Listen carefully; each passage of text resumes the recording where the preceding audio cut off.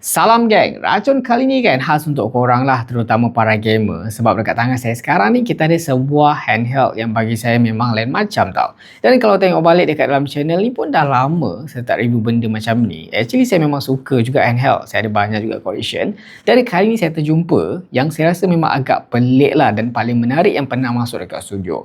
Sebab yang ni bukan handheld biasa tau. Yang ni handheld Android pertama dekat dunia yang boleh transform daripada satu skrin kepada dua skrin. Nampak tak? Dekat belakang dia pun ada screen juga. So dia boleh jadi macam Nintendo Switch, Nintendo DS kan. Dan yang lagi best kan, controller dia yang korang nampak dekat sini ni boleh cabut, boleh buka tau. Dia boleh berubah ikut mood korang nak pakai macam mana. Tapi semua benda ni kan sekadar gimmick ataupun memang function. So kalau korang nak tahu kan, jom kita mulakan racun sekarang. So kita akan mulakan dengan sesi unboxing dulu tau. Untuk kotak dia sendiri kan, kalau korang perasan, dia ala-ala macam kotak gula-gula pun ada tau. Nama dia pun korang tengok, 1X Sugar, gula. Lepas tu ada macam gambar ataupun ikon gula-gula dekat sini kan. Sugar in your pocket. Korang tengok kotak dia, macam gini tau. Dia macam gula-gula yang lama-lama punya style tau, bila korang beli kan. Oh nice lah, saya actually first time tau beli brand ni tau. Korang nampak kat sini, Sugar One 16512 GB internal. Dekat bahagian sisi lain tak ada apa pun, bawah pun clear je. Dekat bahagian depan dia, dia timbul tau, dia punya logo, dia punya nama tu kan. So kita akan buka terus lah, kita tengok macam mana rupa dia. So once korang buka je kat dalam kotak, akan ada nampak macam gini, information guide. So benda alah ni, konsol ni memang tak official rasanya dekat pasaran kita. So dekat sini kita akan buka dulu. Inilah konsol dia. Korang mungkin tak nampak lagi sekarang. Kejap saya cabut dulu benda lah ni. Kita cabut dulu plastik dia. Okey. Yang ni memang luar biasa tau, dia punya experience dia. Saya actually dah banyak jugalah try konsol-konsol ni. Tapi ni yang paling rare. Next dalam kotak lagi, tak ada apa pun yang dapat. Korang just dapat dekat sini ada satu lagi kotak. So dalam kotak ni macam yang tertera dekat sini kan, charger dan juga kabel dia. So kita akan tengok sikit lah dia bagi kabel macam mana. Oh, kabel standard je lah. Lepas tu, oh ada juga dia punya adapter. Oh, first time tau saya dapat adapter yang nipis macam ni, 45 watt. Lepas tu belakang dia boleh cabut-cabut tau. So inilah dia konsolnya, macam korang nampak kan. Dia agak berbeza lah dari typical konsol handheld Android kat luar sana tu. Apa yang saya paling suka, feel genggaman dia bila pegang tu rasa nice. Lepas tu tak rasa cheap, tapi harga dia pun memang tak murah lah. Kalau tengok kat Shopee tu starting dalam 2.5 ke 3,000 juga tau. Kita akan cuba tengok sikit lah layout dia. So ni joystick dia, ni button-button dia dekat bawah ni, dual screen. Lepas tu dekat sini tak ada apa-apa. Kalau tengok dekat bahagian sisi lain dekat sini ada power button, tempat letak SD card dia. Dekat bahagian bawah ni pun ada dua lubang speaker tau. Bunyi dia pun nice. Lepas tu dia face ke depan bila gaming memang sedap. Dan ada dia punya pengecasan lah, port pengecasan. Boleh jadi juga untuk output, untuk cocok kat TV, dekat monitor. Dekat bahagian belakang ni kalau korang tengok, dekat sini kan, yang ni lubang angin masuk dia lah, yang mana dia ada dual cooling kan. 1, 2, 3, 4. Lepas tu yang ni, dia lampu, dia punya bila korang on tu akan ada menyala dekat sini. Next lagi, kita akan cuba tengok dekat bahagian sini pula.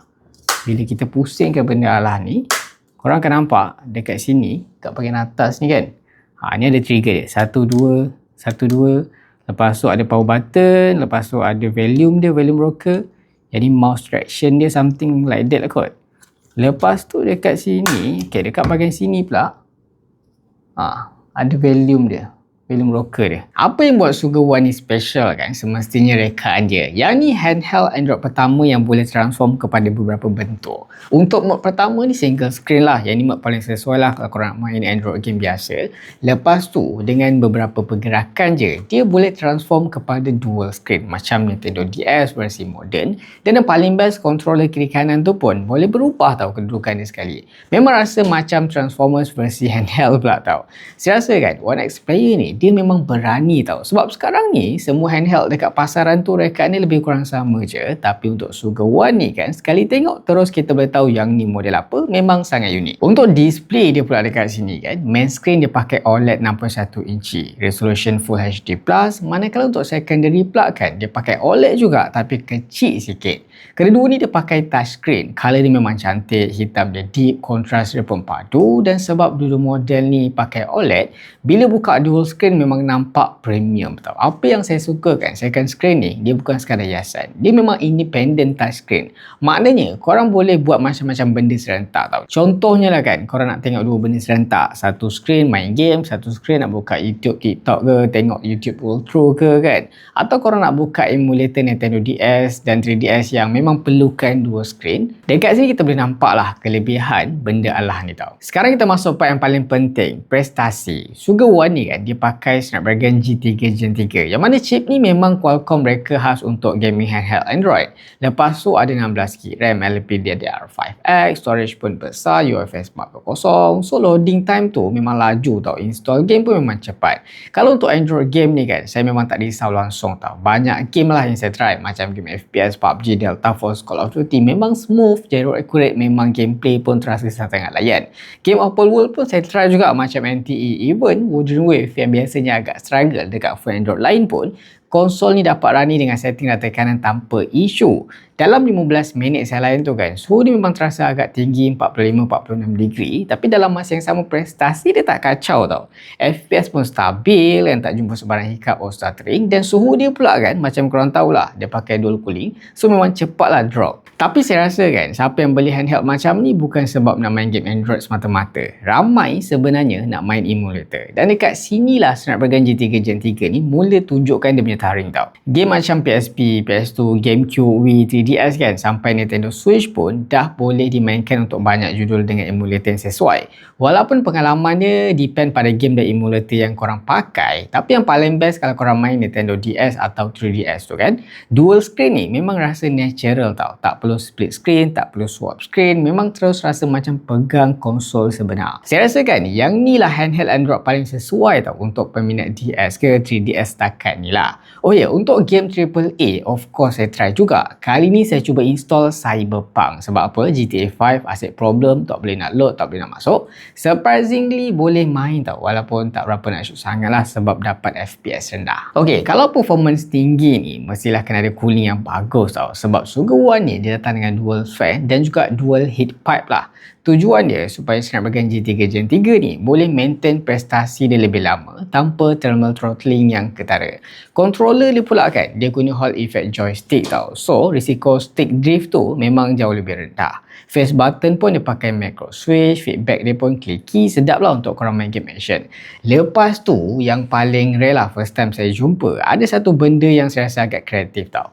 Magnetic D-pad ni, korang boleh tukar layout ikut jenis game yang korang main. Memang nampak One X player ni, dia sangat-sangat fikir lah pasal gamer yang hardcore ni. Ok, bercakap dari segi bateri pula, model ni datang dengan 5600 mAh dan untuk charging dia support 45W USB-C fast charging. So far saya try dalam 1 jam lebih jugalah untuk full charge, tapi yang best dia support bypass charging. Maksudnya kalau korang tengah main dekat rumah sambil cocok charger tu, kuasa akan terus pergi dekat sistem tanpa sentiasa charge bateri dia. Yang ni bukan je bantu kurangkan haba masa gaming yang panjang, tapi dalam jangka masa yang lama tu kan, dia sangat baiklah untuk kesihatan bateri. Software dia pula kan, dia pakai Android 14 tau, tapi One X Player ni dia tambah satu software khas, Sugar Console. Dekat sini korang boleh buat macam-macam, tukar single screen atau dual screen, key mapping, RGB lighting, power mode, bypass charging sampailah dekat screen masking.